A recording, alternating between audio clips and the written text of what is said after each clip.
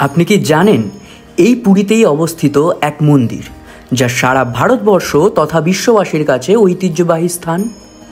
আপনি কি জানেন এই মন্দিরটি কেন রাজা নরসিংহদেব সূর্য দেবতাকে উৎসর্গ করেন?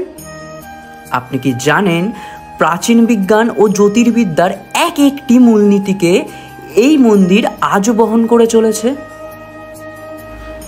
এই মন্দিরে প্রবেশ করতে হলে আপনাকে টিকিট কাটতে হবে।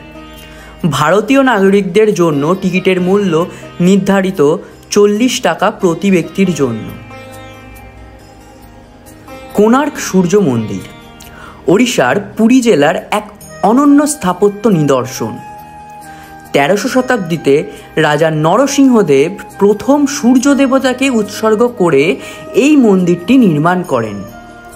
মন্দিরটি সূর্য দেবতার রথের আদলে তৈরি, যা তার 12টি চাকা এবং 7টি অশ্বের মাধ্যমে সূর্যের রথকে প্রতিফলিত করে।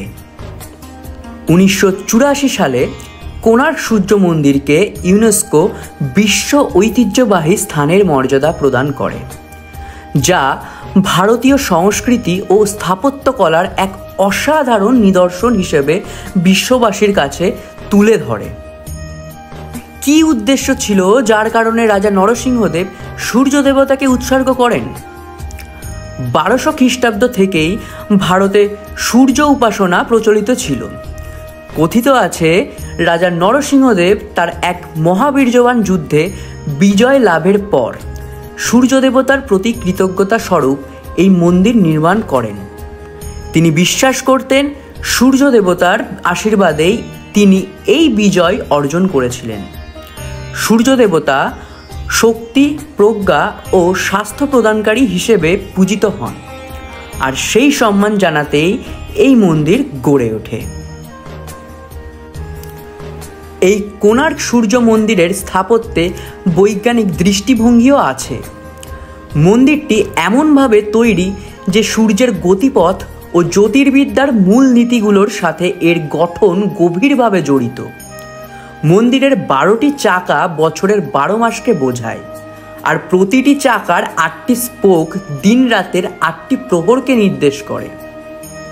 মন্দিরের নকশায় সূর্যের আলোর প্রতিফলন এমনভাবে স্থাপিত হয়েছে যে দিনের বিভিন্ন সময়ে সূর্যের আলো মন্দিরের বিশেষ অংশে পতিত হয়, যা সূর্য উপাসনার সাথে সম্পৃক্ত।